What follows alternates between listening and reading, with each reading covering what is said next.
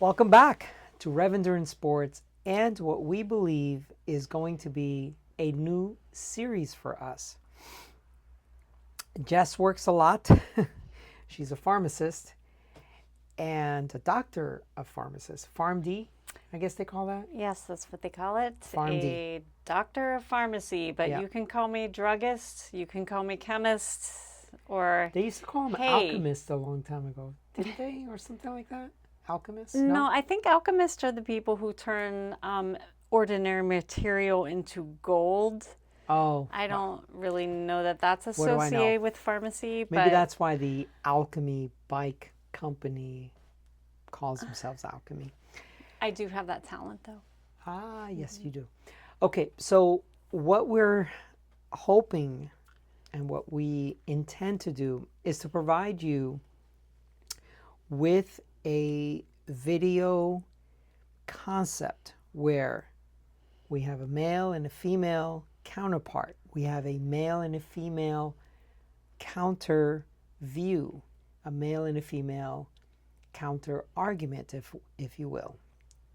And so what this concept is, I see a lot of YouTube channels where there are two males. There are two males talking, and they have analysis and they have input, and they're both males. I love watching those channels, by the way, like the REV Show out of Australia with Chris Miller, and also, like, let's say, and funny, also out of Australia, the Lantern Rouge, two males, you know, that kind of thing. So what I want to do is provide a show where we have a male and female counterpoint or perspective, if you will, where we talk about topics and we try to put our own personal views on these topics. So male, female, I hope that from time to time we'll talk about tech. I hope from time to time we'll talk about just things that just bug us, right? And hopefully you will find value in our conversation. So I would just say that other than being male, female, being the difference, the other huge difference between us is George speaks bicycle. It is another language for him. And me, I haven't been developed that far yet. I speak pharmacy is my other language. So I can tell you about, like, you know, Lipitor and lisinopril, but all the gearing numbers and stuff just kind of like blows my mind. So maybe I'm trying to impress you when I do those gearing calculations and stuff. Well, it is incredibly impressive. So it's a huge difference. So I only have a couple of notes. So I do want to make sure that I cover those. So yeah, male female perspective, some tech, some debates, and each of us. Oh, right. So each of us, and this idea honestly just came about on the bike ride today. And I said to her, you know, what I would like to do is have a video series where you and I are talking about things. And so what we did today is we both came up with 5 topics. Now, each of us had more than 5 topics, but we had 5 topics, and we said, all right, let's cull that down from 5 to maybe 3 that we want to discuss here, and then the rest we just continue to cover over continuous series, continuous videos in the series. Now, Jess works a lot. Apologize for the noise outside. Wednesdays is typically our date night, so guess what? We are sacrificing our date night for this video, but after our video shoot, we will get out. It's probably, I don't know, it's at least 7 or so at night, and it's, actually it's 8 o'clock at night. So yeah, there you go. Plenty of time left. Plenty of time left in our night to. So welcome to our date night. Welcome to our date night, and after this Thursday's Jess works a 12-hour shift, so we are lucky to have her today. Okay, so the first thing that I wish to talk about, and it's very exciting for me because Jess is obviously my girlfriend, but we love riding together, and Jess has been off the bike for many months. This is now September. We're not going to talk about the details of why she's off the bike, but she's been off the bike since February, and this is now September. And so I want to talk about that. How are you feeling about being back on the bike? It feels awesome. Yeah. I feel like I'm reclaiming that part of my personality, and that part of my, what do they call it? The id, the ego. I don't know. It's just cycling is becoming a very integral part of my life, and as everybody who's watching this channel knows, when you lose that, you definitely like. Yeah. So yeah. I mean, there's a mental health component that I'm sure you were missing. And there's just the looking forward, having something to look forward to. Yeah. Having regularity of my schedule, having having my stuff laid out for tomorrow morning. It's just awesome. Yeah. So yeah. I'm having. I'm excited that it was not my legs that were affected, and I can pedal just fine. Yeah.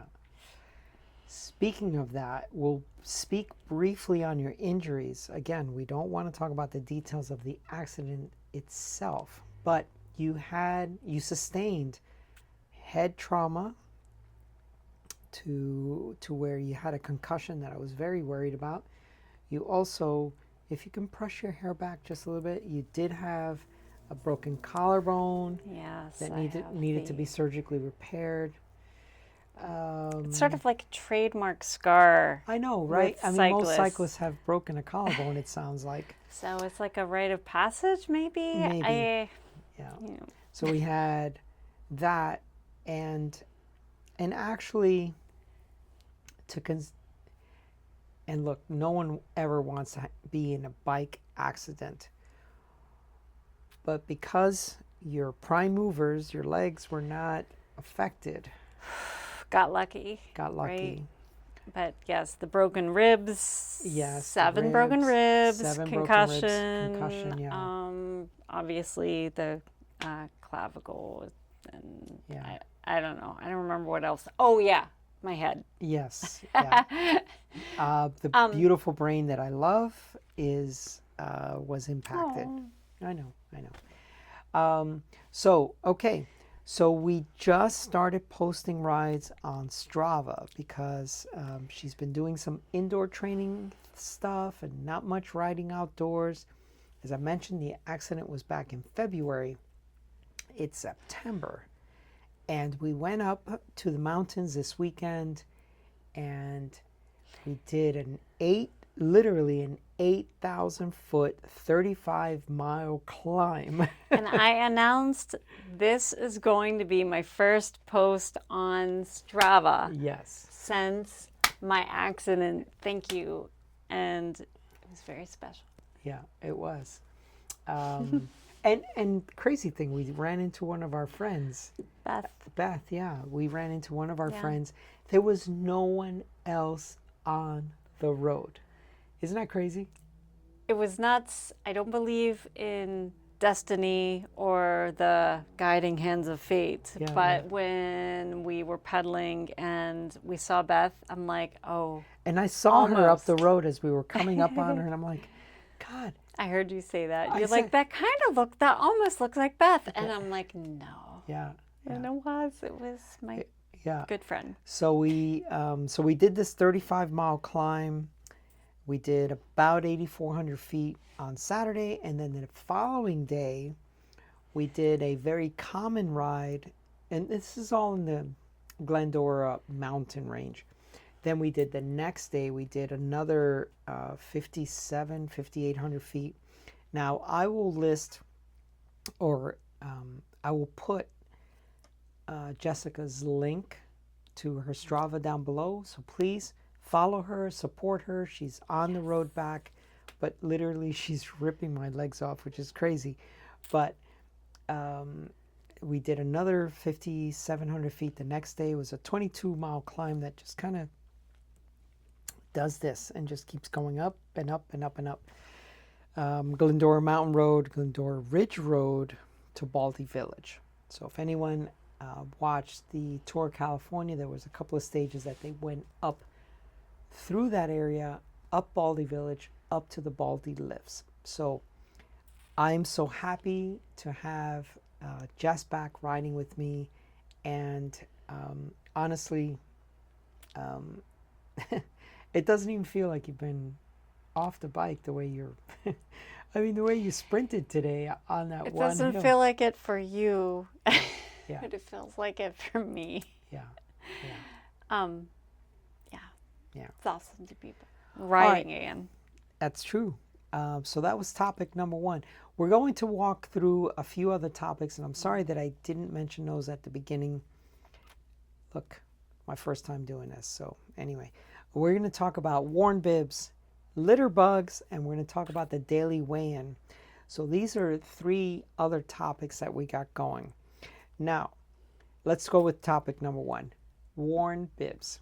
Now, I just got back from Paris Press Paris, so PBP.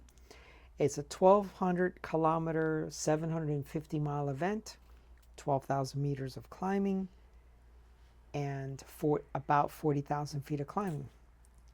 It ended up being 1226 and 762. Look, I'm the data guy, right?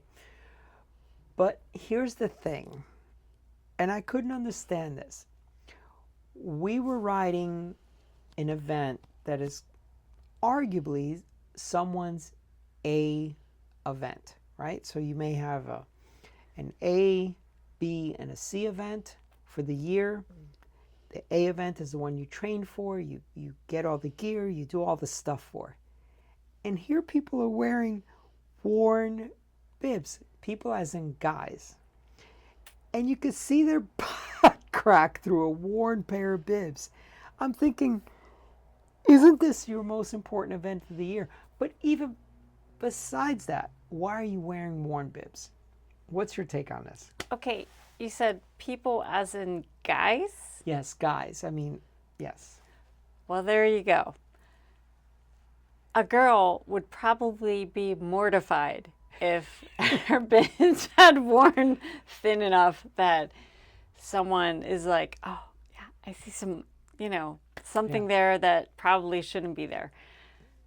I would never allow that to happen to myself, except the only thing is, as a cyclist, you can't see what's going on behind you. So you're dependent on your riding friends and your riding partners as a courtesy to let you know when your bibs, your favorite bibs, are at their expiration date, if you will. I think you hit the nail on the head. That might have been their favorite bib. They're like, okay, I'm so comfortable in this bib that if they didn't have a drop bag with additional clothing options, they said, I'm wearing this bib. They didn't know it was worn, but it was their favorite bib. It fit them perfectly. They thought, I'm going to ride 1,200 kilometers in it. What do you think? So here's the thing. A few years ago, I was riding with a local ladies team here, and learning all there is to know about riding and racing in a group, and eventually I learned the code is, George, those bibs are done. And you say that when you're out on the road, those bibs are done, and then we know that when we get home and we wash them, maybe they don't go back into the regular rotation, but instead they go into a special little drawer for trainer use only on the trainer. Yeah.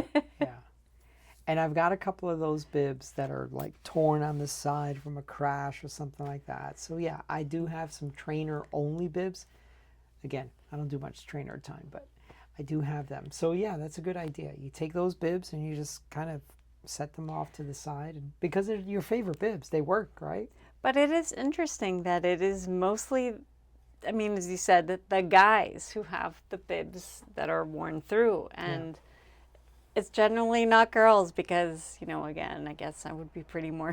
The girls I would be mean, I mortified. monitor my bib thickness like a hawk. So Yeah, so, and I thought about this while we were riding because we were riding, both of us were riding Pearl Izumi bibs, and it seems like they have a double panel. And so maybe as you purchase your bibs, especially if you're women, you may want to look to see how that back panel is designed, how it is stitched, and if you have a double panel. I don't know. I mean, it just seemed like the pearls that we were riding today just seemed to be cognizant of the fact that, oh, this is an embarrassing area to have. yeah, well, I mean, 2 panels are better than 1. Sure. Yeah. So Yeah. there you go. There's like, it's like your safety. It's your Yeah. backup. Yeah. It's your plan B. It's your plan B. So what about skin, swimsuits and things like that? And Oh, right. Okay, so I wanted to mention that. Okay, I used to be a swimmer. I was a competitive swimmer growing up all through childhood, through high school. And when our swimsuits would start to get thin and wear through, we would use them as an outer layer. So essentially you layer your swimsuits on top of each other for swim team practice, and that creates more drag. And then on swim meet day, when you only are wearing one swimsuit, it's just that incredible feeling of like, oh my gosh, I'm so much more aero in the water. And I was thinking how we can't really do that with old worn out bibs because, you know, we layer swimsuits, but you can't layer old bibs because that would just look and feel pretty awful. I know, but you know what? If you do Race Across America or certain things like that, races like that, some of us have doubled up our bibs while riding. Yeah, you're No out way. there. Yeah. I've never heard this before. I know. I mean, know. you have like 2 chamois. Why do you? Because your ass is in so much pain. Can you say that on YouTube? I think Okay. that ass is okay. But does it help? It does in some ways. I mean, at some point you're so desperate. I did Race Across America in 2007.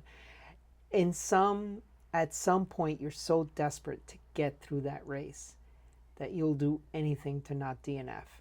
Did not finish, for those that do not know what DNF is. Yeah. I cannot imagine wearing 2 bib shorts, but one of these days on a short ride, maybe I'll give it a go just so I just can. do it on the trainer too, because that'll be better than going out on the road with it. You definitely don't want people to see you out there. All right, let's move on to another topic so when I was at PBP, I could not believe how clean the roads were. Now, there was someone who made a comment. I'm not going to call them out by their username, but I had said I could not believe how clean the roads were in France.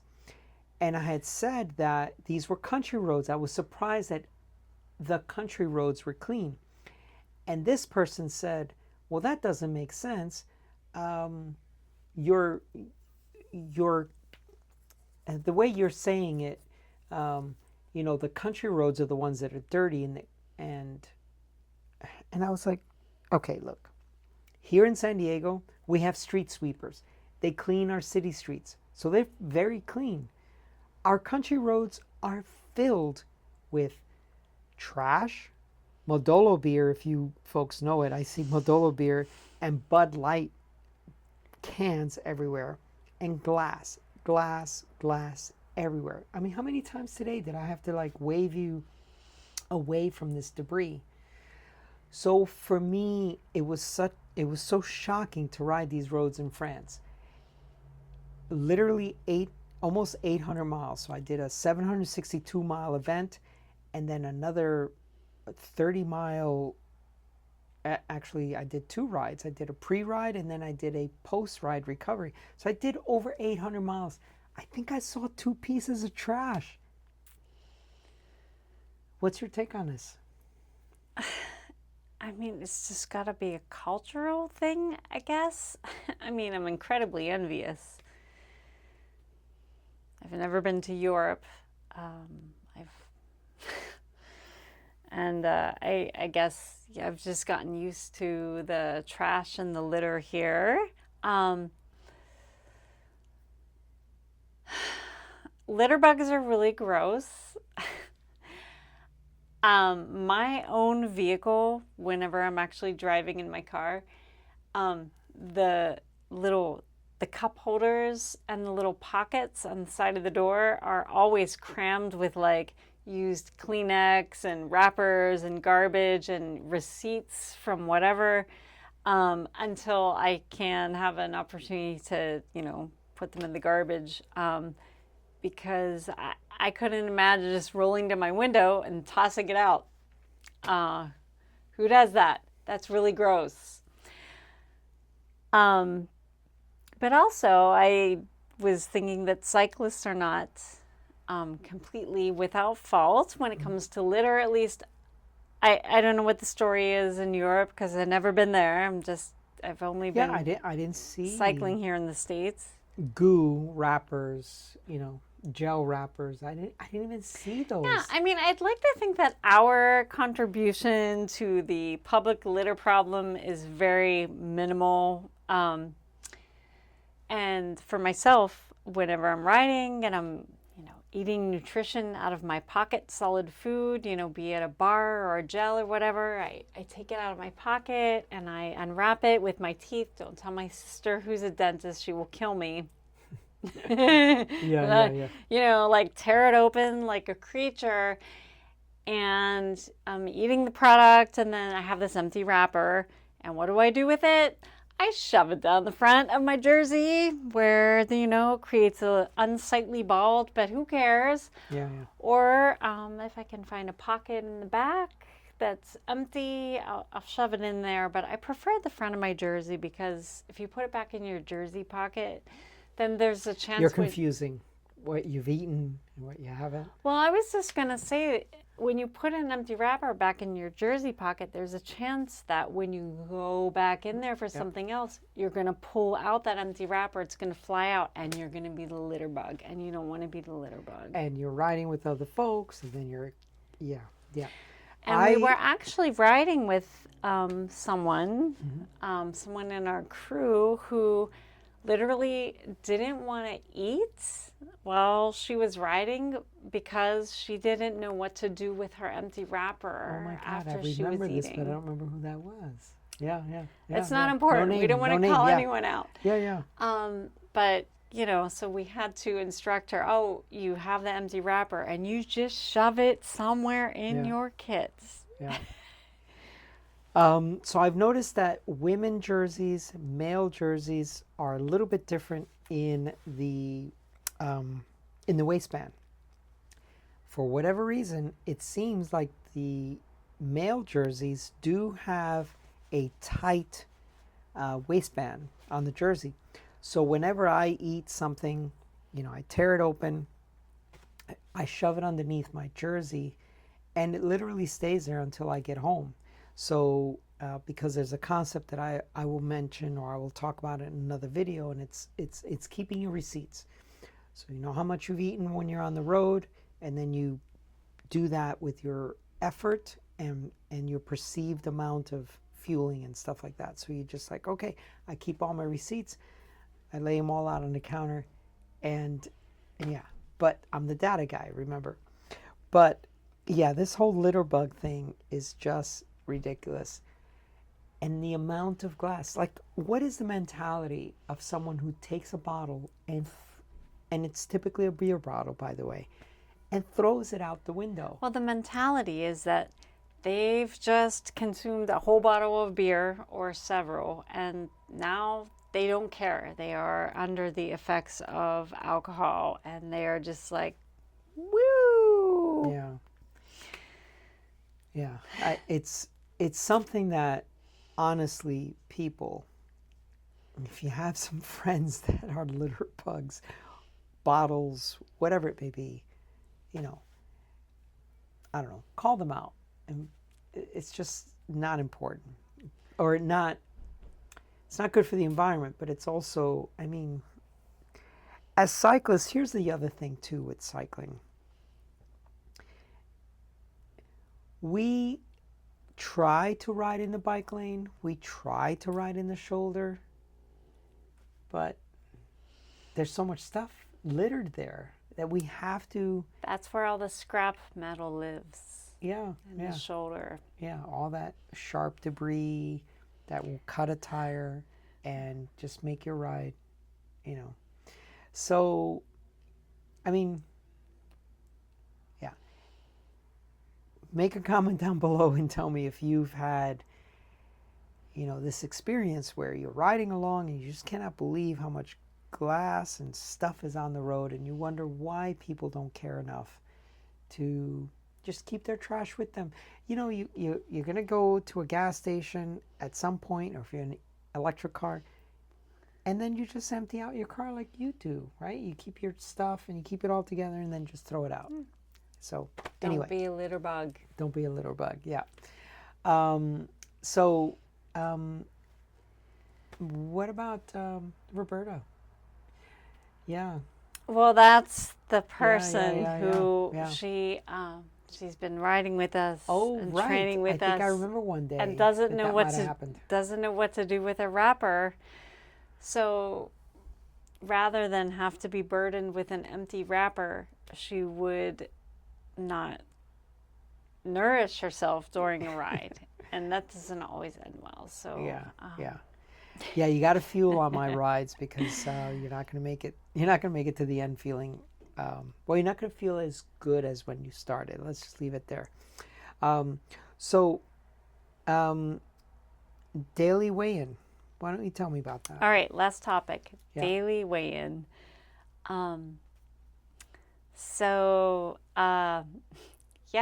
I pretty much weigh myself every day in the morning. As soon as I wake up, get out of bed, I use the latrine, because for obvious reasons, you want to get your weight as low as possible. And then, I haven't eaten for preferably 8 hours, unless I've had a snack attack in the middle of the night.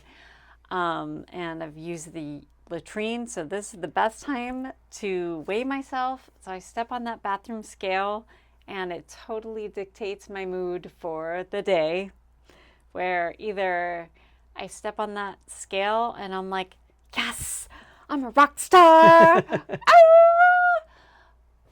Or I'm like, oh, all right, I got to be real careful for the next day or two. I made some poor choices.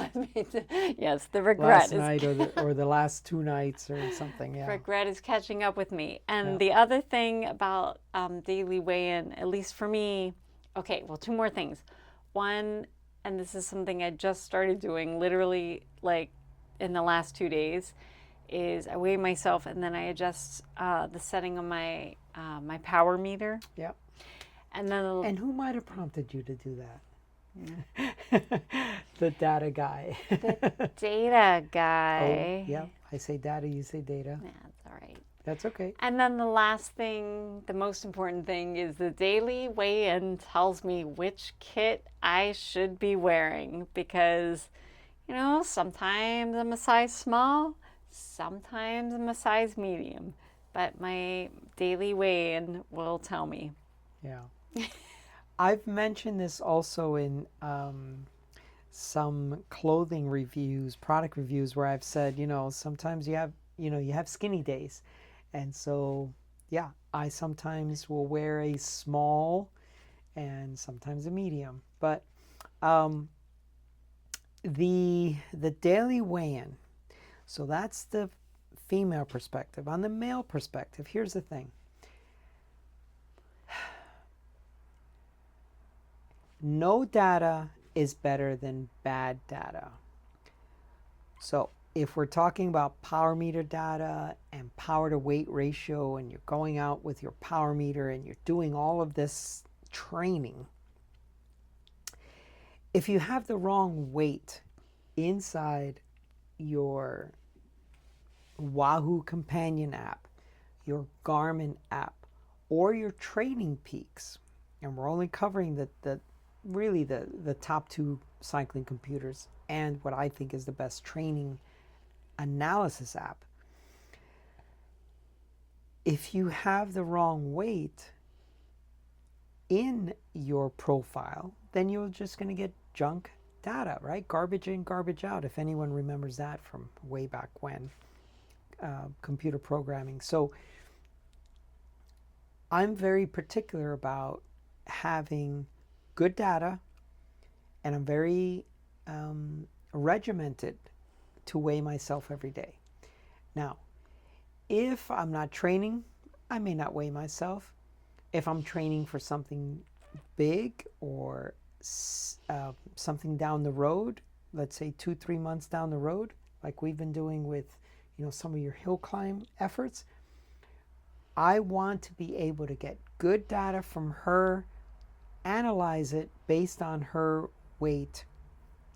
And I mean, this makes a huge difference. I know for some of you, it's not a big deal. But for some of us, 5 pounds, or let's say 2 kilograms, is a pretty significant difference in our body weight. I mean, think about how much money you have to spend to drop your bike 5 pounds. I mean, it's astronomical, right? So yeah, the daily weigh-in sets your mood, sets your clothing choices. So how's that going? I mean, we're just now getting back on the bike for you, and we've got some short-term goals, some long-term goals, and you know, how is that going for you as far as your daily weighing? Are you happy with what you're seeing? I am today. Mm-hmm. It is, you know, it's an ongoing process. You know. Like I feel like my goal weight for events is something that I can't really maintain year round, and that's fine. Well, I mean, when it comes to goal weights, as I mentioned before, you got an A event and a B, C event. You may only want to get to that, or, you know, B rate or B event, C event. That A event, I mean, that's a short window. I mean, for everyone, whether it be weight, whether optimizing your fitness, your power output, all that stuff, that's going to be a short window anyway. So it's okay. Yeah. If I can't like maintain it for too long. Yeah. Yeah. Yeah, just try to not get discouraged, and there's definitely a correlation between the hours per week that I'm on my bike and my weight. I mean, obviously, if I'm riding more, it's a lot easier. Yeah. Yeah, so I mean, you can only ride, or you could probably get a little ride, but typically you can only really train every other weekend.